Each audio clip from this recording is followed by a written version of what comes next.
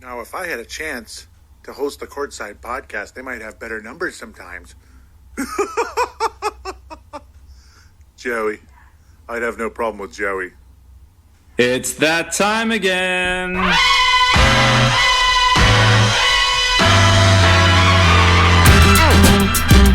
out! Here it comes. Watch out! Here it comes. Watch out! Here it comes. Watch out!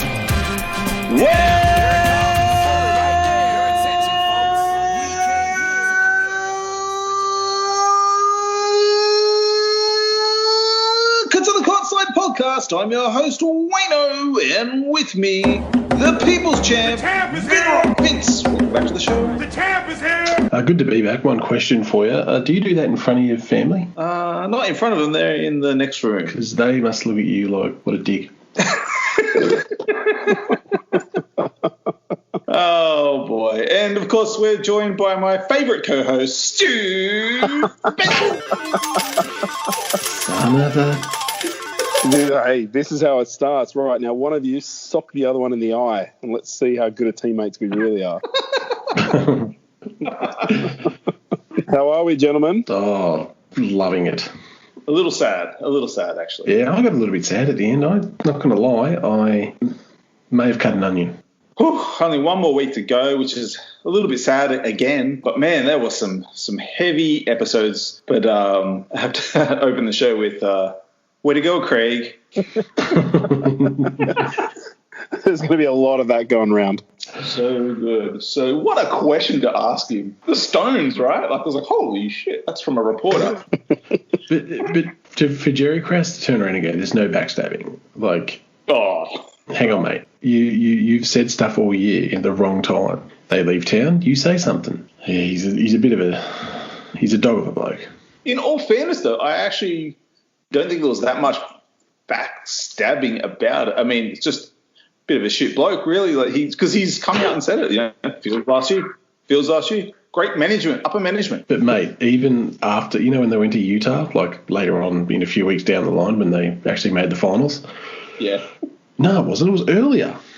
Sorry, when they went to Utah and lost, like, the season series. So they're out of town, and he goes to the media and says, oh, you know, it's definitely Phil's last season. I'm just letting you know that nothing's changed. Like, Reporter wasn't wrong. Continues throughout this series, I think, is one thing evident. Like, he definitely continues to throw Phil Jackson under the bus, and the small poppy syndrome just seems to get bigger and bigger every week.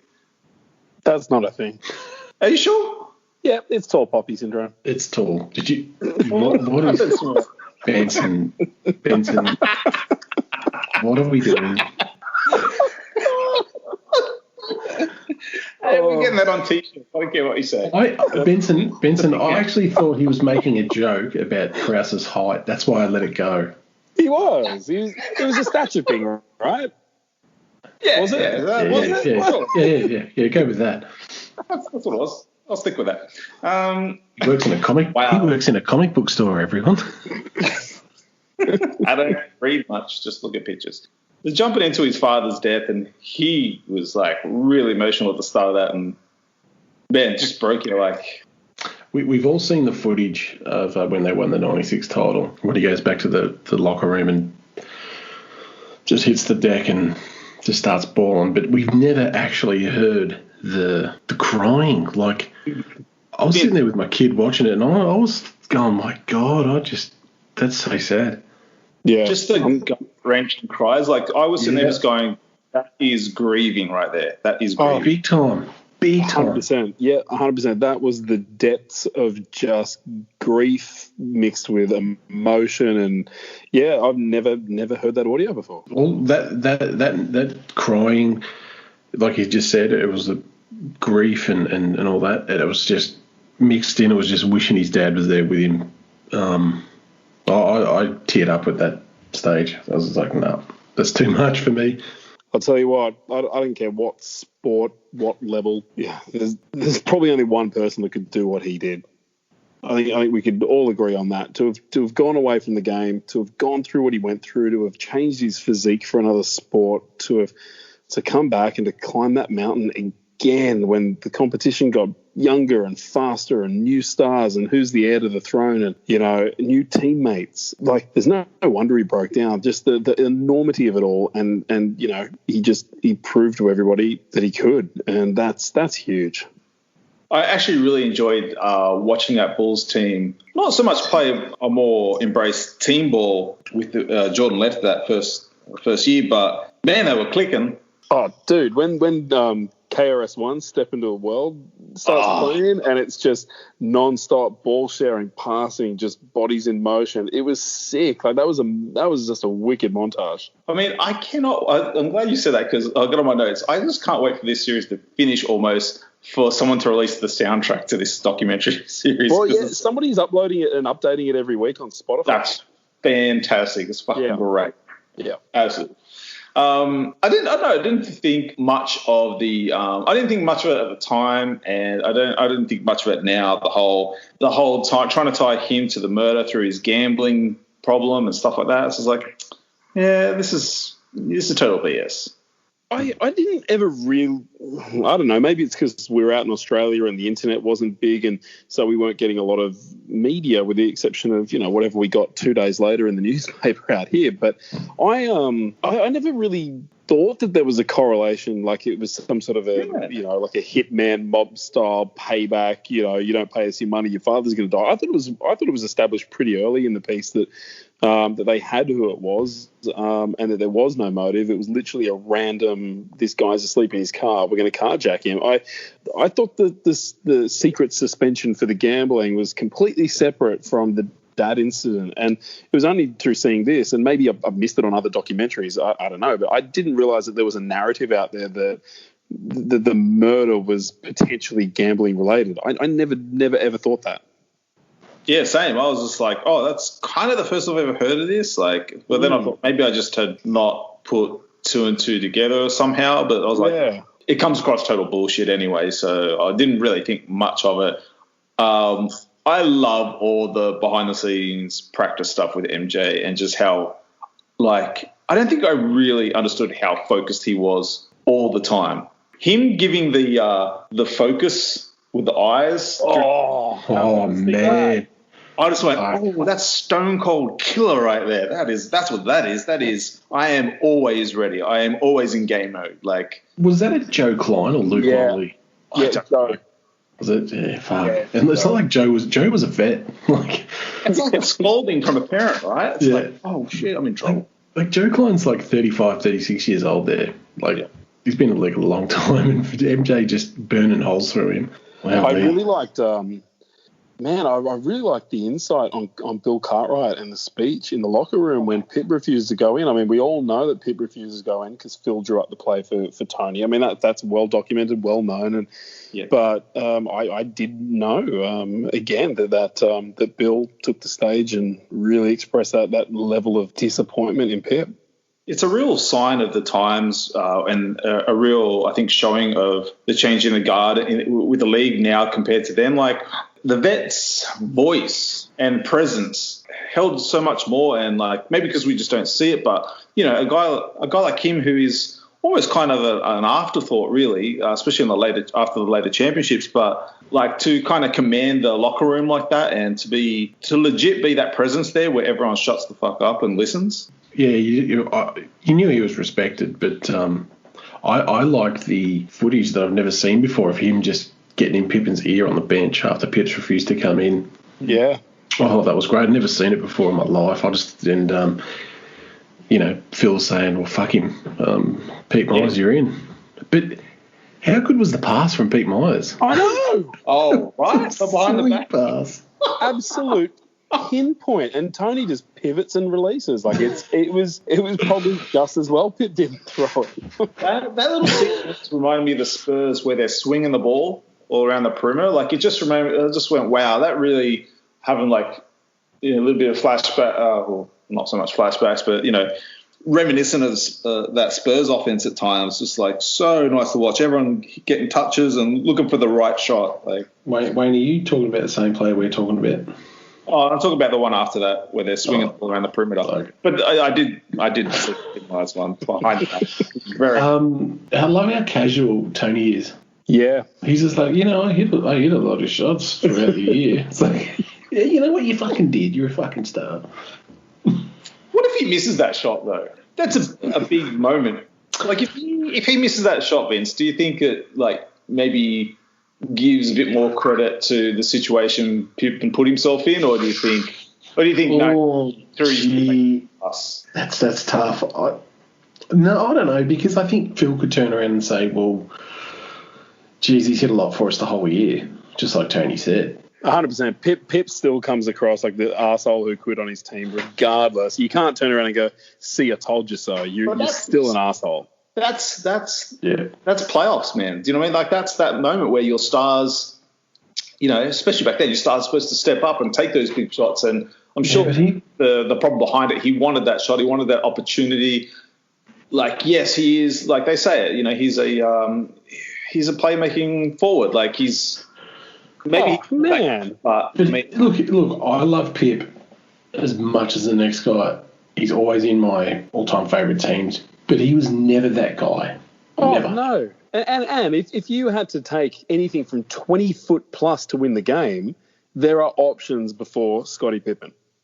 Yep. Yeah. Just thinking back on it, though, I just thought that time away, for me anyway, like looking at the Bulls in the three-peat runs, like I think Scottie really needed that to some extent to kind of almost in one sense appreciate MJ. Not that I don't think he didn't, but to the extent of like him being away from the game and that being Scottie's team, taking on those leadership roles we said, like I think that really helped later on. Oh, mate, I totally agree, and it elevated his game to another level. So when MJ came back, believe it or not, Pip was even better than when he left. And if that doesn't happen, they don't win those 72 games because Pip elevated his game that much. Well, I think anyway. Yeah. He was the All-Star MVP that year, wasn't he? In the hiatus? He was. He absolutely dominated, but he was averaging like nearly 23 a game. Leading the team in rebounds, steals, blocks, I think. Was doing it all, just elevated. He became a little bit better, a lot better. I mean, like they said in the doco, a lot of credit to the system and Phil Jackson's coaching during that time while he was out. I mean, they took the Knicks to 7 games. That's pretty impressive. Without an MJ, that's fucking good basketball. I never get sick of that Pippen dunk on Ewing, though. Never. No. That was, as much as I love Ewing, that was a beast of a dunk. Yeah. The one that's got about there as one of the all-time. And as much as I rate the DeAndre Jordan over Brandon Knight, it's not Pip over Ewing. No. If it was Brandon Knight over DeAndre, that would be different. But the way Pip follows through and there's that like just, when he lands on the ground, he lands over him and then he just starts talking shit the second he lands. Like that was just personifies 90s basketball. And the Chicago Stadium, like just the atmosphere there is just so much better than United Center. Yeah. All added to it. I liked what MJ said towards the end of the episode 7 where he's talking about, winning has a price and leadership has a price. And I think, we've definitely seen that. I felt like he was also getting pretty teared up. When they asked him, was he perceived as a nice guy and stuff like that, and that's the answer he gave. Like, I feel like he maybe even like a little bit of remorse to some extent anyway about, I don't know, I think maybe how he's perceived. Yeah, that was a tough one for me because I think everything he did on the practice court, trying to push the players and get them to focus and be better and be more mentally tough and be physically tough, I think it all came from a good place. Because you always, I remember when even the littlest thing to motivate him when he was looking for something, like when they got Frank Hamblin, he's like, the assistant coach, he's like, we got to get Frank a ring. When they got Brian Williams, we got to get Brian Williams a ring. We've got to get this guy a ring, this guy a ring. It was all from a good place. And like Scotty Burrell said, off the court, he was awesome. Like he's a nice guy. But just on the court, practice court, he's an animal. And I thought it was important that he, made it very clear that I didn't ask anybody to do anything that I wasn't fucking doing. Like I led by example. I didn't tell them to do it and sit back smoking cigars and knowing that I was better than them. I did it too, and that's leadership. And you know what? So what? He had expectations of people. It made them all champions. I think that process though also is like a good weed out. Do you know what I mean? Of shit players on your team. You know, it's everything like we've just spoken about. It was all his prep to get them ready for, you know, for the trenches, you know, as he said, like to get them ready for war. And, hey, if you're going to be that weak link when, you know, there's that much pressure on, I mean, you know, if you can deal with Jordan, you know, through a practice throughout the year, then realistically playoffs should be a breeze, right? Oh, but particularly with this second run, these guys weren't battle tested. Like he said, you know, they run around saying, you know, we play for the three-time champion Chicago Bulls. You weren't fucking there. You didn't win anything. At the end of the day, guys like Joe Klein, Scotty Burrell, Bill Wennington, Randy Brown, they've all got rings because of MJ, because they weren't winning shit before he got there. They'd been toiled away for years at other teams. And I'll tell you now, they're grateful for it. Like, they realised after the fact that what he was doing for them, and it came in a good place, I think. I felt like Bill Wennington really had his back during that doco. Yeah. Like, Will Perdue, I felt like, you know, earlier episodes I've really kind of like was throwing a bit of shade at MJ. And, I mean, they all end up saying eventually, echoing the same sort of thing, which is that, you know, he did it to push us to drive us, whether we realised it at the time. But I just feel like Wennington had his back. Even Steve Kerr, like I don't know about Judd. I just feel like he's a bit wishy-washy. I know Judd was just happy to be there, man. Yeah. He knew he sucked. Just happy to be here, collect some rings, collect some good money. I'm out. Yeah. Hey, you mentioned the cigars. Did you see the coffee cup with the cigars in there? Yes. No? Sitting next to him. He's smoking in the it's after the loss to Charlotte. Jump to episode 8, and he's sitting there. He's got a coffee mug next to him with cigars in there while he's chugging on one. Like that's great. What a boss. holding the baseball bat, swinging it. Yeah. Look, did you guys want to touch on the baseball stuff before we jump into episode 8? Yeah, I didn't. I actually forgot. Oh, actually, I didn't realise he had 13 straight hits at bat. But then they started giving him throwing down the real pepper, and he struggled a bit. But even came back from that and was batting pretty well, apparently. That just surprised me, actually, how well he did. I mean, think about it, 31 years old, going back to baseball and just putting him, you can see how he attacked his baseball, why he was so great at basketball. That's what impressed me, that, you know, getting to batting practice early, having extra sessions, doing more work, and just what a driven, focused, never satisfied individual. And you got to remember there's these other variables as well. I mean, not only does he have his age against him, he's got a different frame than is necessary, and he had to rebuild that. Just that steely dedication of, I'm not gonna fail. Like, the guy's never failed at anything in his life. Got his batting up to a respectable average that most people who hadn't been playing basketball for 12 years would love to have had. Like, that's fucking incredible. Yeah. And Terry Francona, who actually said that if he had 1,500 bats, he would have made Major League. Terry Francona knows what he's talking about. He's a 2-time World Series manager. Like, he took the Red Sox to the World Series and won twice. So he knows talent. So basically it was a lockout that saved us and brought Jordan back, pretty much, right? Thank God. Thank God for the baseball lockout, that's all I'll say. Oh, and his 18-month suspension for gambling was over. I love that's one of the great things about this documentary, and it's only been a little bit, but the little snippets of Stern. I love David Stern. I think that Adam Silver has a big shout out to come out of, and he will. He's a great commissioner, and you can already tell that. But Stern revolutionized the game and changed the NBA, basketball as we know it. But I just loved his smugness, and even when he fucked over my Lakers with the Chris Paul trade, it's just. It was hard to argue with him because he knew his shit, and he was just a smart dude and just a real dry charisma about him as well in the delivery. A lot of comedy and a lot of sarcasm and a lot of intelligence comes in the delivery, and he just had it. And I do genuinely love the little bits that he's added to this documentary. Yeah. So we should jump into episode 8. I mean, wow, that series against Charlotte, huh? BJ, you'll always have that game, BJ. But like Michael said, should have known better. And to actually, the way he destroyed BJ, was BJ the next game like 1-7 or something? Yeah.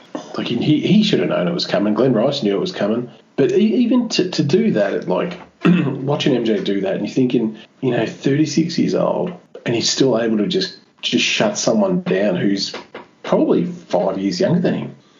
I remember when I met BJ Armstrong, he came out with, I think, maybe Terry Porter, Greg Anthony for an NBA Jam session in Sydney. Yeah, I was there. Yeah, man. Oh, BJ just looked like this little, like the ultimate baby face. Like, Yeah. always looks so young. But, man, hell of a game from BJ, though. Full credit. A game, yeah. I'll tell you, this series brings back memories because I totally forgot about that series, and that BJ played for the Hornets. But I love that Hornets team, man. They had some great players. Glenn Rice, Mason. Hey, they had and the Bobby Phils. Yes. Yeah. Oh, rest in peace, Bobby Fields. Vladdy. Was Vladdy there? Yeah, he was there. Yeah, Yeah. Mate, come on now. Vladdy was there. They have Eldon Campbell there. Nah, he was Not at that stage. He goes pretty soon. I think he was the next season, wasn't he? Maybe, yeah, maybe. Yeah, they're all rolling into one this season now. As they get older. I think they still had Parrish on the bench. Oh shit, really? Oh, Yeah. wow. Yeah, Yeah. No, because he won the title with. He won one. I think he won the middle of the 3-peat. I think Right. that first one he was at Charlotte. Then he came over to Chicago. he had that one breakaway dunk that year. Do you remember? It was like slow motion, one-handed dunk. Come on, mate. He was high on weed. Back the hands old. of time, chief. Man, he smoked a lot of the bloody. He would have been about 43 then, wouldn't he? He was. Man. That's why he played so long. He probably got high and didn't feel any soreness. Is that how it works? I don't know. Stu? No idea. Are we recording? No idea.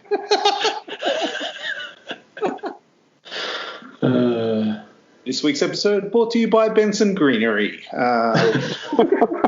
Benson Greenery.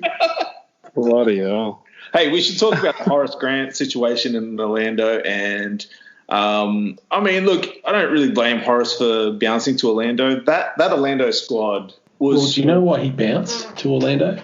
What's that? Because he went to Reinsdorf. They wouldn't pay him, right?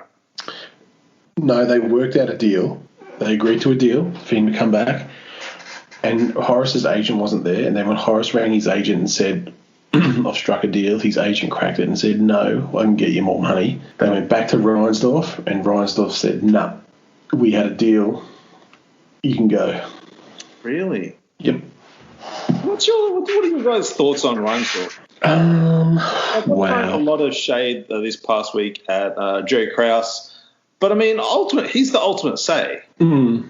Do you know, like, for all the problems with Scotty, I mean, he could have been reasonable about stuff and could have come back and was like, well, look, let's come to agreement. Like, why couldn't he made Scotty's stuff, instead of renegotiating maybe the bulk of the contract, why not make it incentive-based and go, okay, well, if you're an all-star, let's throw another, why not?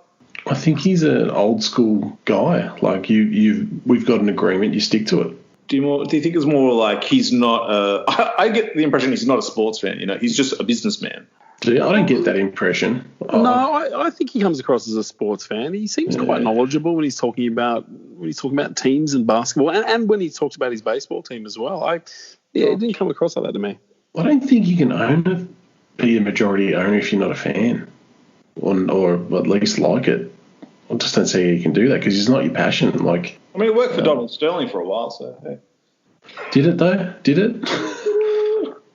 Come on, he had a pretty good run. I guess and Timmy Dalton. Of what?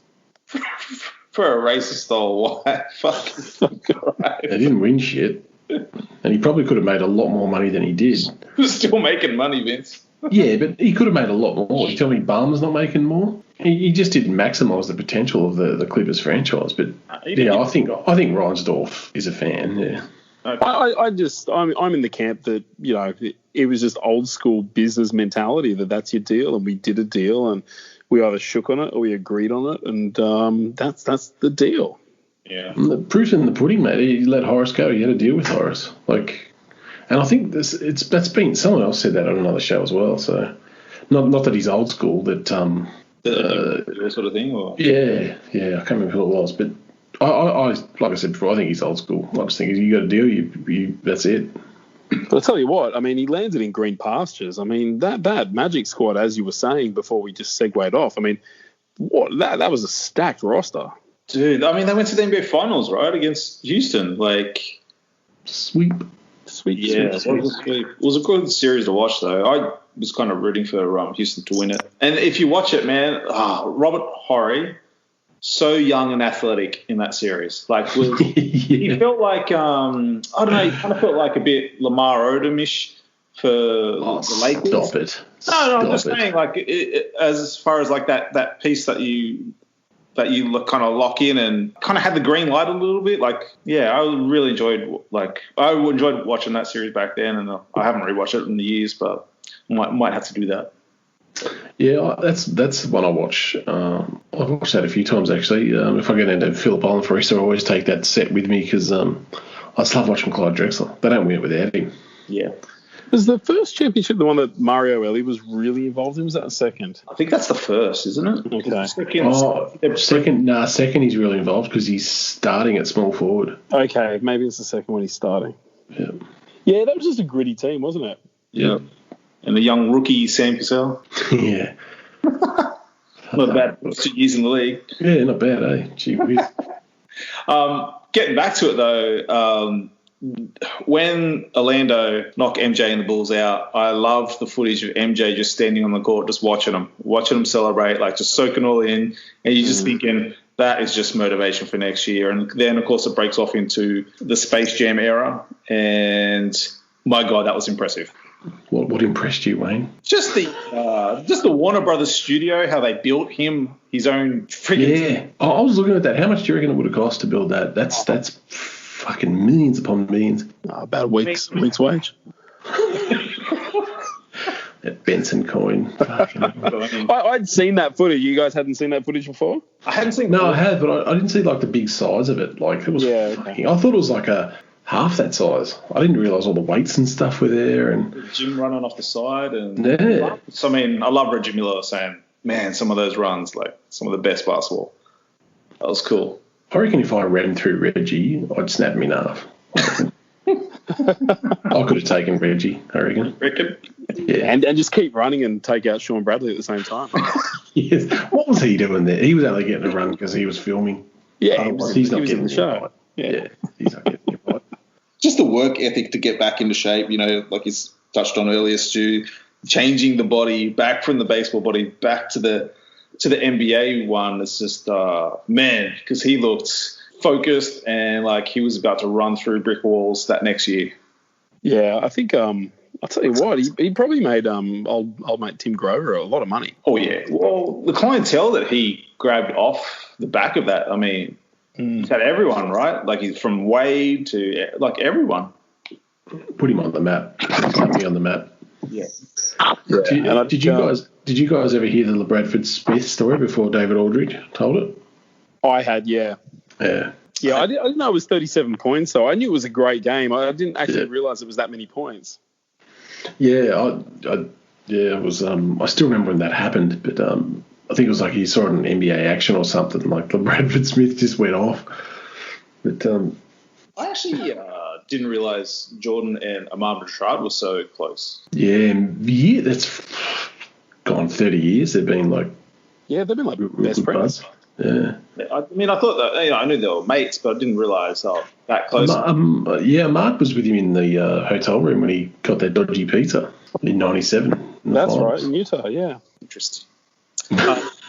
Some thoughts on the Bulls Sonics finals? Yeah, you know when Gary Payton was talking himself up. And look, I can't even remember what kind of job he did. I should rewatch it. But when they were up 3-0 and they didn't close out in the fourth game, I sat there and I said to my daughter, I go, they didn't win that game because I think they were too busy looking ahead. Like I think they thought they'd had it. Oh, 100%. I don't think it was anything to do with, Peyton said, fuck it, I'm going to guard Jordan. There was none of that shit. And then Jordan elaborated more and said, I had a lot of shit on my mind, and he just realised, they're probably thinking too far ahead. And then he's got his dad on his mind. And I think they just deep down wanted to get home for some home cooking after that. As great as the Bulls were, I mean, obviously that was a historic season. And, going into it, all the commentators were saying this, the most mismatched finals, in history. That Sonics team was dominating the West. Like they were a very good squad. They were well-rounded. Obviously, you had Kemp and Peyton at their peaks. They had a great supporting cast. They had Shrimp. They had Percy Hawkins. They had Hawkins. They I think who was in the middle giving Rodman fits? Bukowski. I mean, they were tough. They were hard. They were. I don't know. They just. I was really surprised to hear that they were underwhelming. I guess just they were flagged that they were going to lose this series. I really thought that that they gave it a pretty good run, and I wasn't surprised as a fan back then watching it live when it happened that the series went to as many games as it did. I mean, look, I didn't think they'd go into super detail in that series, but felt like they kind of undersold Sean Kemp a bit. Like they just labelled him basically as just this guy that the alley-oop catcher. Yeah, and I was like, man, Kemp was a beast. He was a beast that year. He was a beast the following year was it the following year he got traded to Cleveland? I think he had one more year there, I think. Yeah. And then ownership gave up on him, sent him to Cleveland. He was still an all-star out there. I mean, Kemp was no joke. He was not just... I mean, he was a great dunker, but he wasn't just a dunker. No, I just thought it was a bit shady to just focus on GP, as if it was his team. I mean, it was very much Sean Kemp's team, and he was very much the perennial all-star. I don't know, maybe they just didn't delve into it. They should have played Steve Scheffler a bit more, maybe. Do you remember him? How he even played 1 minute of NBA basketball is beyond me. Not even a minute. Why would you even put him on at all? Why would you sign him? It'd be like, okay, he's 6'10" or 11. Probably couldn't even jump over a piece of paper. He was that unathletic. Terrible. Did you see rookie Eric Snow on the bench? Didn't see him on the bench. He was a rookie for Seattle that year. I do remember that, yes. Rodman didn't get enough love for that series. I mean, he actually took a couple of MVP votes off Jordan. He was an absolute beast. Yeah, my only thoughts is, how do you go from having such an iconic franchise, an iconic logo, an iconic duo, and then move them to Oklahoma? Well, you got to watch the doco, mate. I'm sure you have. Have you? No, I haven't. Oh, I'll send it to you. I'll get it. Dude, yeah, you'll want it. You'll be so mad, and I'm not going to spoil. Yeah. Okay, leave it with me. But I mean, I'm glad there is this resurgent need within the NBA circles and Kevin Garnett and all these people who wanting to get basketball back in Seattle, because you just honestly, my nostalgia needle goes through the roof, and I'm just watching that going, this is a travesty. They need a team. It's literally dirty politics. It's got nothing to do with the team. It's got, I mean, you think back at Seattle, far out, man. Even after Kemp and Peyton. Ray Allen. They drafted Kevin Durant. I mean, come on. Dude, it's just rubbish. It's just absolute rubbish. I was always a little bit dirty at the time, and watching the footage again, Randy Brown trying to take the ball off Jordan. Do you think that's what he was doing? I don't know. Yeah, I thought he was just celebrating with him. Nah, he grabs it, and Jordan's like, no, it's for my dad. And then they you watch it when they wrestle around the ground. They're fighting over the ball a bit. Oh, I'm going to have to watch it again. I never really realised that. It pissed me off as a kid. I loved Randy Brown till that. And I was like, fucking dude. You're Randy Brown. Feel the ball. You're Randy Brown. Randy Brown, dude. Remember that dunk he had on Eldon Campbell? Yeah. Yes, yep. God, he could get up. That was daddy, though. The first time I saw Randy Brown, it was like a game on Channel 10. It was like, early 90s, and they were playing the Spurs, and Dwayne Carswell was in the middle, and you had Randy Brown starting at guard for him, and he had an absolute pearl of a game. It's the first time I saw Randy Brown. Dwayne Carswell, yep. Remember Dwayne? I do. Alan Ogg and Alec Kessler. Jesus Christ, Vince. He became a doctor, Alec Kessler, and then he passed away. Oh, it's a bit sad. Yeah. John Crotty. John Crotty, yeah. Rory Sparrow. Man, remember Crotty had like that month in Miami where he just fucking went off? Did he? I don't know. Honestly, I don't. John Crotty had like this month in Miami, and I think he got moved to Utah after that, but where he was just like, he could do no wrong. It's like winning games for him. It's ridiculous. I don't doubt it. He always had it in him. Next doco to come out, right? Yeah. Pure Crotty. Yeah. The only dance. Horrible. What's your most favourite like throwback player that was like on the bench that you liked? Bulls or for? Oh, for whoever. I liked Gatling. Did you? Metal Yeah, plate head? Yeah. I like Chris Gatling. I always like. Who's yours? I always like. I don't know why. I think because he was just a hard worker. I always liked Ed Pinkney. Ed Pinkney. Yeah. I don't know why. I just always liked Ed Pinkney. I don't know if I had one, but I always have like, we've said it many times on this show that, back in the day, NBA cards were our internet, so I always had like these rookies that I just loved because I had their card when they came into the league and they were like trash, like but you always, man, his physique is good. And you're holding on to a stack of cards because you're like, no, like third year they'll turn it around, or they're just waiting for the breakout moment. Then you look back at your Sean Respirant fucking Milwaukee, whatever the fuck his name was. It's like, great college career, but yeah, I used to really protect my Stacey King Chicago Bulls card like it was gold. His brother passed away from COVID-19. No way. God, how many more deaths are we going to bring up? We've spoken about Bobby Phil's. Now we've spoken about two people who have passed away recently. Michael Jordan's father. Yeah, it's a bit morbid, but you made me think of someone else now. I've lost me. He's popped out of my head. Well, carry on, Wayne. While you try to remember, we should talk about I love the Steve Kerr practice story of MJ. I thought that was great. Like, we talked about it already, MJ setting the tone, but just, taking it that bit too far, that practice. I just love how Steve Kerr knows his limitations. Yes. Like, he's like, I used to like to talk trash, but I could never back it up because it wasn't good enough. But I'll fight you. but I'll fight it. But just knew his role, and I'm glad Jordan ended up respecting him because Steve Kerr was such an important part of that team. Like, he hit so many big shots and he spread the floor for everyone, and he was a solid hand when he had to run the point. The few times he had to, bring the ball up, and wasn't a great defender, but he defended. He tried his ass off, and yeah. I always gave 100%. I love Steve Kerr. Yeah, and same with the Spurs as well. I mean, he actually gave meaningful minutes and knew his limitations. And, I mean, just a proven winner. Just as a coach, he was a great analyst. In head office roles, he knows his shit. Yeah, just a really impressive dude. It's interesting. I mean, obviously that Bulls team set the 72-10 mark, which has since been eclipsed. But if you don't win a ring, it don't mean a thing. They are the greatest team. So I got a funny story I don't think I've told on the show about Steve Kerr. It better be funny. Because I kind of met Steve Kerr.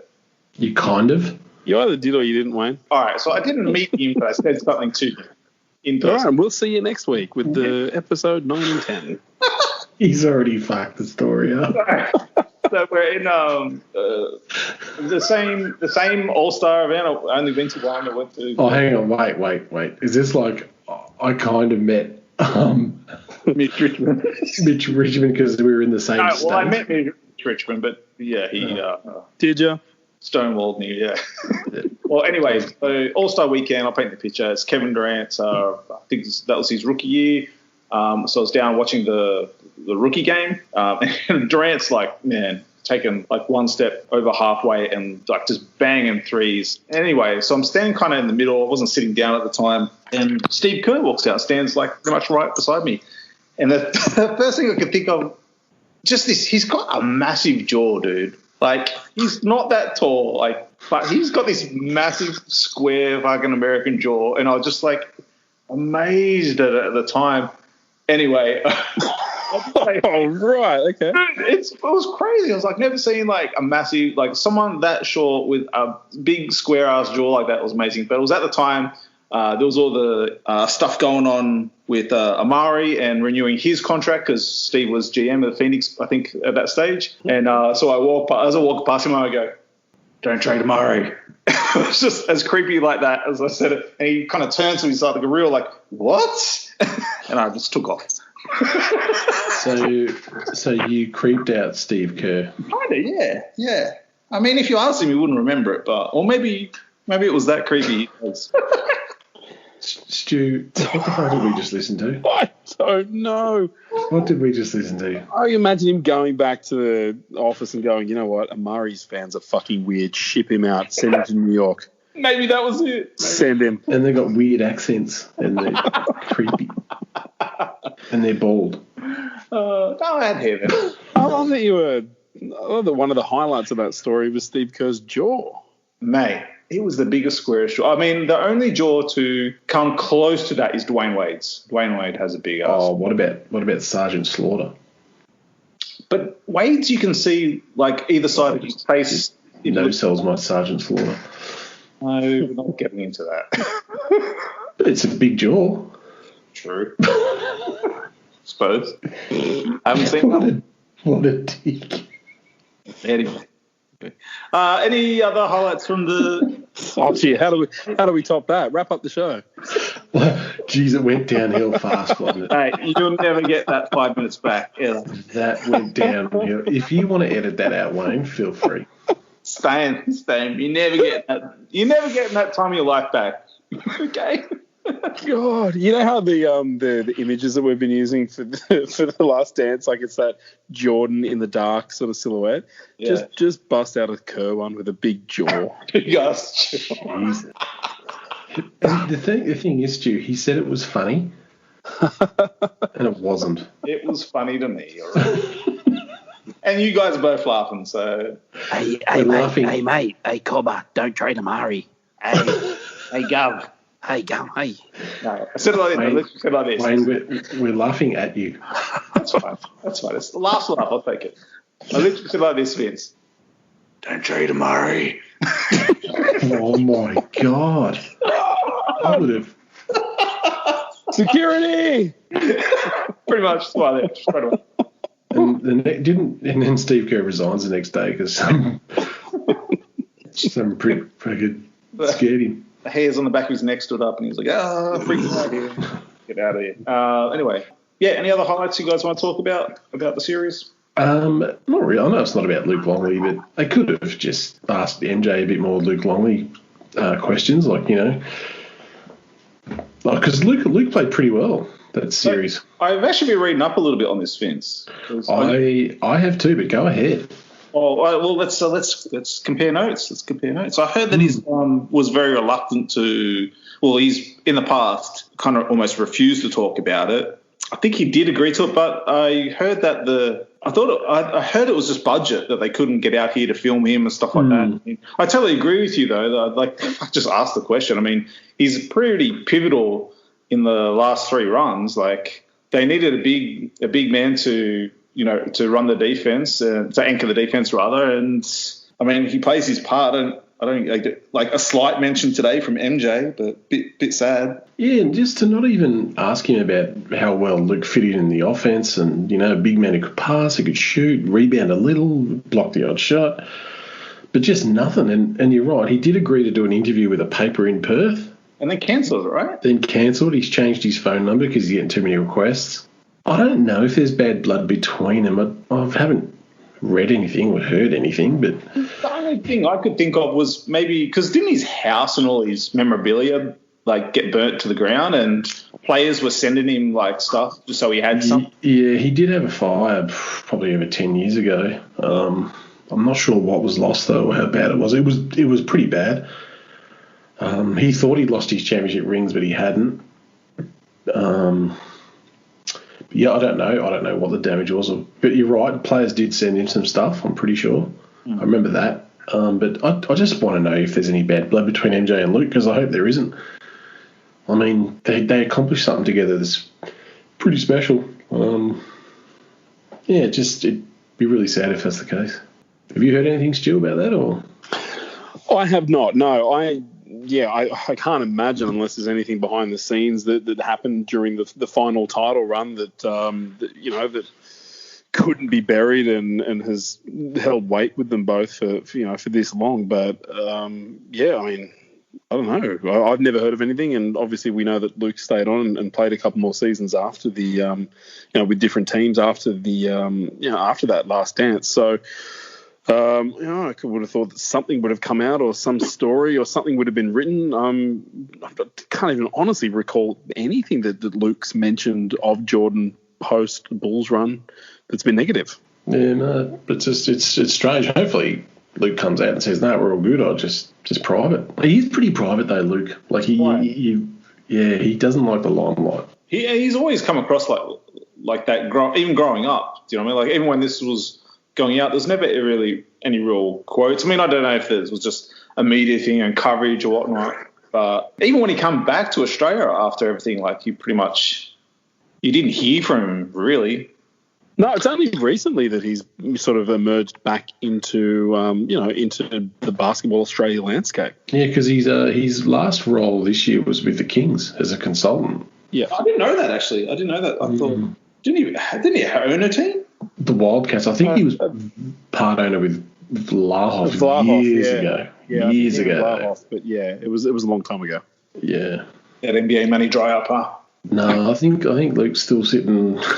I think he'll be all right. Pretty good, yeah. Look, 2 episodes to go. Man, it's going to be all Utah. I don't know how they are going to kind of finish this doco off. Like, I don't know what's going to be the underlining sort of point of everything. I mean, I get it, and I'm enjoying this, and it's great, but I'm just wondering, like, I'm kind of hoping they wrap up the championships or something the next episode. We've got 2 Utah ones to go. I don't know. I just feel a bit like, how do you guys feel about 2 remaining? I would like to. I'm a bit like you. I'd like to see them. This is never going to happen, but wrap up the 2 championships in the first one, and then go into the off season. And actually, I want to know if teams actually contacted him about coming to play for them, or if he sounded out some teams that were close to a title, saying, "Hey, I don't know who was a contender. Say the Spurs. Let's, for argument's sake, go, hey, I'll come and play with you guys for the minimum. Let's try to win again." You reckon that would have happened? Well, he played for the Spurs for not the Spurs, the Wizards for nothing. He donated his salary. Like it wasn't about the money for him. Like, I mean, he was making $100 million off the court. I hope episode 10, the very end is, and then he signed with the Wizards, and the credits just roll. Fuck no, that. He didn't. I don't know. Who were the contenders back then after '98? It was Lakers, Spurs. I mean, imagine him teaming up with Shaq and Kobe. Oh. And Phil. 82-0. Thank you. And Phil. But I do think, I don't know, I still think the whole enormity of the media and the speculation and the pressure and everything like that, I think he was out. I don't think he would have called teams. Surely someone sounded him out. Surely. What if the Rockets said, hey, team up with Pip again and Barkley?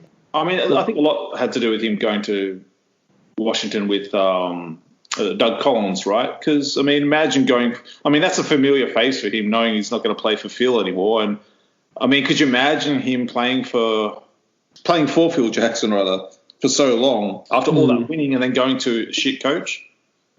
Yeah, but if he's say it was Houston, like, I think he could play with a guy like Rudy T. Rudy T was a real players coach.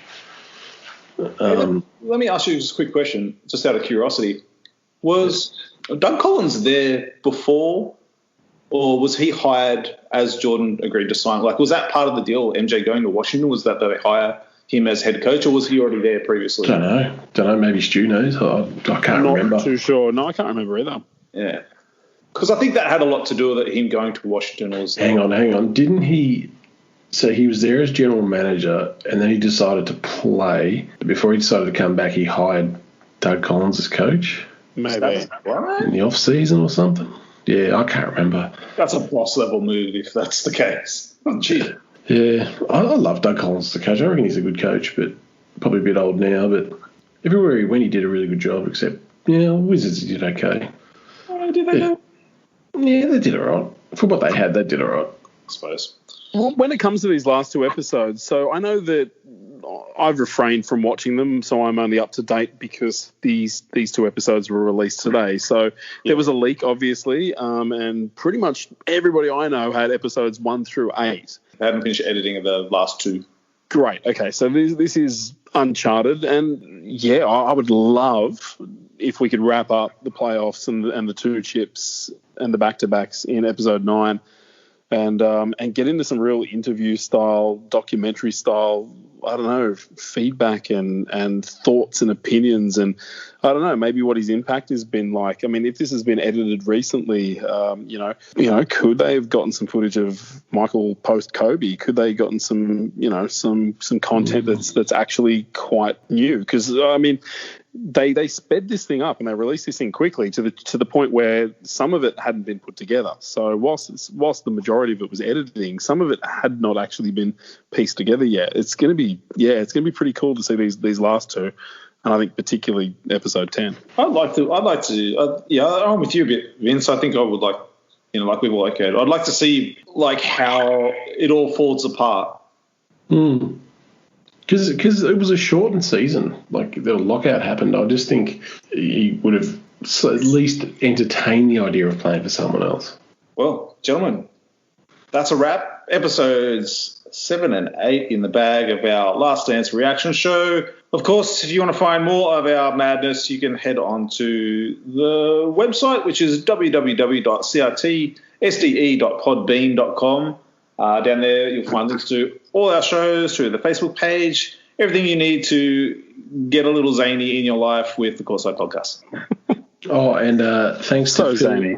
Thanks to Philip Brown last week for sharing out the show. Hey. And Joey Awajan from Timberwolves Explosion shared the show as well on his Facebook page. Joey! Yeah, thanks, guys. Appreciate the support. Listenership. No small poppy syndrome in your 2 camps, gentlemen. Thank you. Oh, God. It's not going away anytime soon.